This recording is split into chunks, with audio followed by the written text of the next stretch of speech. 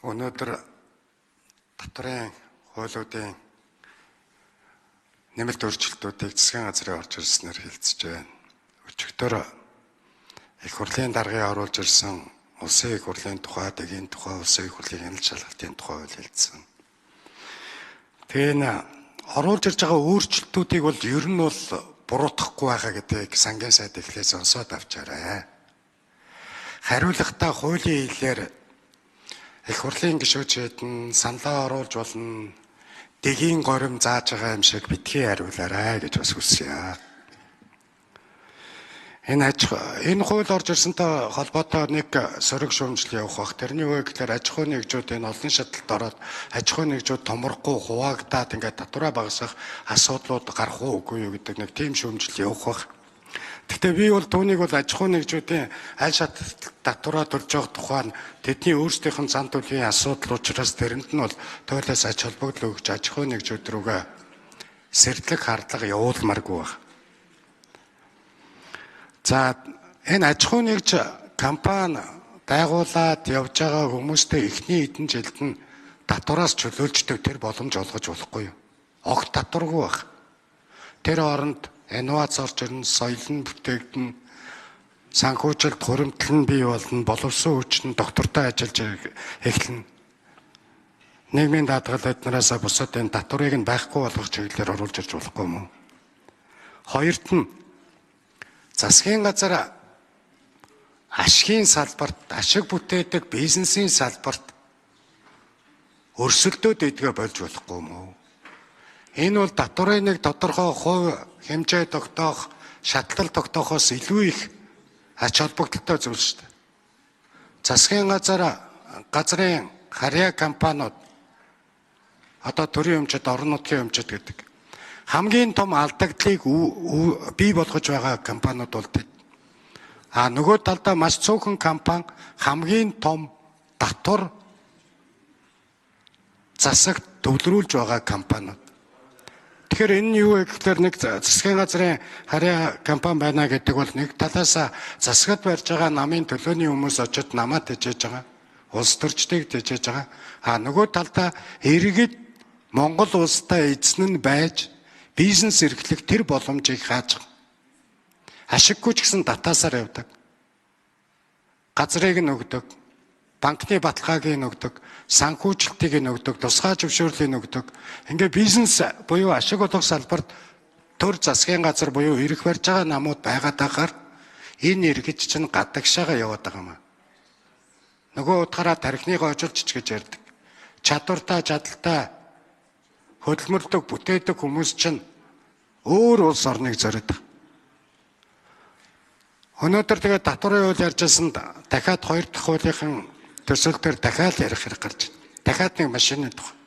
Өмнөх хууль дээр нэг дугуйныхан хий гарч байна, хийлээд явж байна зөвөө зөв гэсэн. Одоо нэг певер чимэглийн никл хэд анги авахурсан байна. Тэрийгээ сольж наагаад гой харагдаад цаашаа явах гэж байна. Энэ бодлогын өөрчлөлтүүдийг хийх тэр өөрчлөлт рүүгээ эзээ орох юм бэ? 2024 онд их хурл тангараа оргоод төсвийн тодтгол засгийн газрын мөрийн хөтөлбөр хэлж авах үед иргэний зориг ногоо намын байр суурийг тодорхой илэрхийлсэн. Засгийн газар бизнесийн салбарт иргэдийнхээ ашигтай өрсөлдөх ёсгүй гэж. Тэрнээс хойш хэр өөрчлөлт орсон. За, цагчаа минь цаахан сайд хариулъя. За Батбаяр гишүүнээс утсан хариулъя. Төр хэтэрхий оролцоо төрийн өмчт компаниудаар одоо бизнес хийгээд байна гэж. Тэгэхээр төрийн өмчт компаниудыг ярихын өмнө бас бид нар яг энэ байгуулагдсан зорилгыг бас харах хэрэгтэй. Хувийн хвшдүүд ашиггүйгээд ордгоо салбарууд дээр зарим аж ахуйн нэгжүүдийг төрийн өмчт компани зайлшгүй байх хэрэгтэй учраас байгуулсан байгаа. За нөгөө талдаа одоо тодорхой стратегийн бараа бүтээгдэхүүний үнийн шиг тогтвортой ойлгохын тулд төрөөс энэ стратегийн бүтээгдэхүүний үнийн бодлогыг хамгаалах зорилгоор байгуулсан компаниуд байгаа. За мөн одоо манай үндэсний баялагтай холбоотой стратегийн улуурхайн компаниуд байгаа. Энэ компаниуд маань одоо хувийн хвшлийг булаагаад байгаа асуудал байна уу гэвэл зарим талаараа байгаа. Гэхдээ бид нар анх байгуулсан зорилгодоо хэрхэн хүрсэн бэ гэдгийг үнэлж энэ төрийн өмчийн компаниудын асуудлаар ярих хэрэгтэй.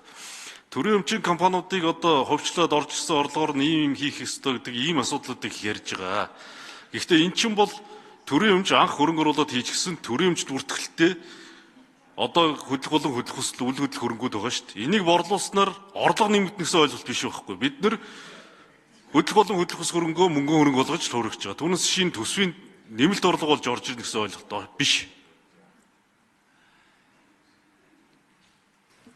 Бүртгэлийн үед бид нар орлогоо одоо тэр төрийн өмчт компани байшин барилгах сав байдаг юм уу, үйл ажиллагаа эднээс явуулж байгаа тэр хөдөл хөрөнгүүд гэдэг юм. Энийг одоо хөвчилж орсон орлого бол бидний хөрөнгөний бүртгэл дээр л мөнгөн хөрөнгөрөөл шийднэ гэсэн үг. Түүнээс энэгээр одоо төсвийн юу хаагаад явнаас ойлголт байхгүй. Хоёрдугаар энэ төр одоо хитрхи их зөвшөөрөл өгж ийн гэж энэ хүрээнд одоо 200 гаруй хуулийг зэгцлээд эдийн засгийн эрхчлөөний хуулийг засгийн газар эрхлэн хоног хилцээд их хурлаа өргөн барина. Энэ асуудлаар одоо янз бүрийн одоо бизнес эдийн засгийн орчинд нөлөөлж байгаа тэр саад бэрхшээлүүдийг бүгдийг чөлөөлье гэж. Ингээ бизнесийн эрхчлөөний хуулийг оруулж ирье. Эдийн засгад хэлэхэд бол бид нар аж ахуй нэгжээ дэмжиж, бизнесийн орчноо дэмжиж гэж. Тэдэн саад болж байгаа бүх асуудлыг шийдье гэж. За нэмээд чимцэрэн дараа хариултыг өгч. За зочин танилцуулын нийслэлийн ерөнхий боловсролын Ирэхэд Эрдэм сургуулийн Отхон хуйг багштай 9А ангийн сурагчид улсын их хурлын үйл ажиллагаа төрийн ордондоо танилцж байна. Та бүхэнд сурлага хөдөлмөрийн өндөр амжилтыг хүсээрэй.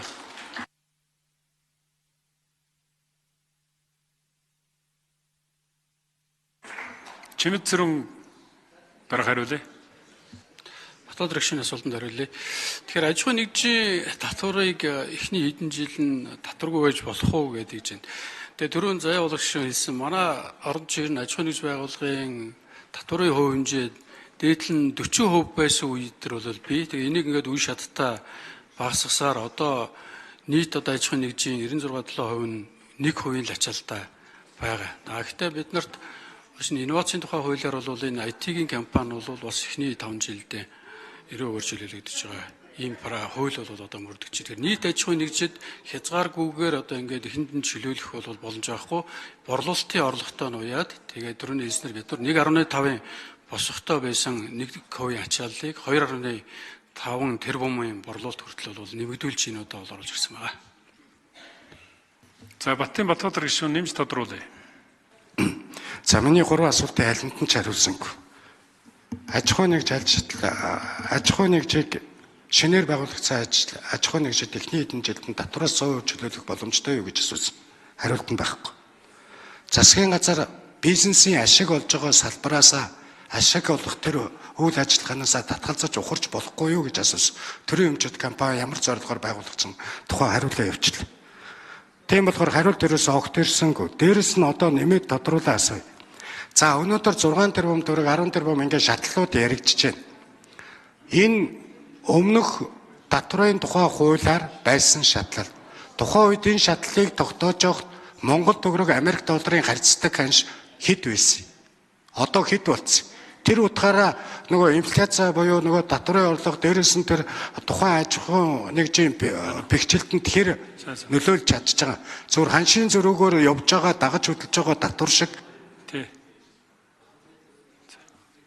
Уцаарч. За Минцэгийн сайд тодорхой асуулт асууж хариулаарай.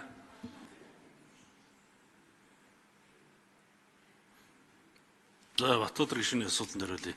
Тэгэхээр 2027 онд би хамгийн сүүлийн тооцоололоор хэлье. 6-аас 10 тэрбум төгрөгийн ашигтай ажилд 338 аж ахуйн нэгж байсан. Эдгээр маань одоо 25% татвар төлдөг байсан. Эн чинь 6 тэрбум хүртэл ашигтаас одоо татвар төлөхөд 10% хүртэл яваа. Тэрнээс дээш гарчаар 25 гээд 15% огцон өсөлт бий болоод байсан. Энэ татварын хуулийн өөрчлөлтийг би зохиогоод оруулаад ирээгүй. Аж ахуйн нэгжүүд маань энэ огцом шилжилт чинь дарамт болоод байна гэдэг асуудлыг хөндөж тавьсан. Энэ олон уулзалт хилцүүлгийн үр дүнд гарч ирсэн. Тийм учраас бид нар энэ хоёрын дунд 6-аас 10 гэдэг шатлалыг оруулж ирж байгаа. 15% татвартай байхаар. Энд одоо нийтдээ 280 гаруй аж ахуйн нэгж хамрагдана. 10-аас тэрбум төгрөгийн ашигтай байна. Төсөв төрөх ачаал нь бол 162 орчим тэрбум төгрөг. Энэ хэмжээгээр өмнө. За Баттын Батболд гишүүн Иргэний зэргийн ногоо номын дарга асуултаа нэмж тодруулна.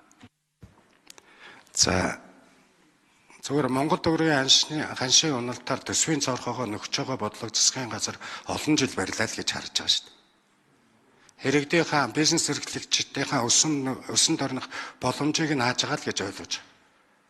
Энд одоо өвчин төгөлдөр үйлчилж байгаа татварын хууль хэдэн жилийн өмнө ямар гадаад валютаар Монгол төгрөгийн ханшийн уналтаар энэ ханшийн өөрчлөлтөөр явж байгаа зүйлээр энэ татварын хувь хэмжээ өөрчлөгдөж мөн чанартай өөрчлөлт орсон юм уу гэдэг тухайл асууж байгаа. Ханшийн өөрчлөлтөөр иргэдийнхээ алаасыг суулгах замаар төсвийн алдагдлаа нөхөж өнөөдрийн тоо баримтыг гаргасаар л явна шүү дээ.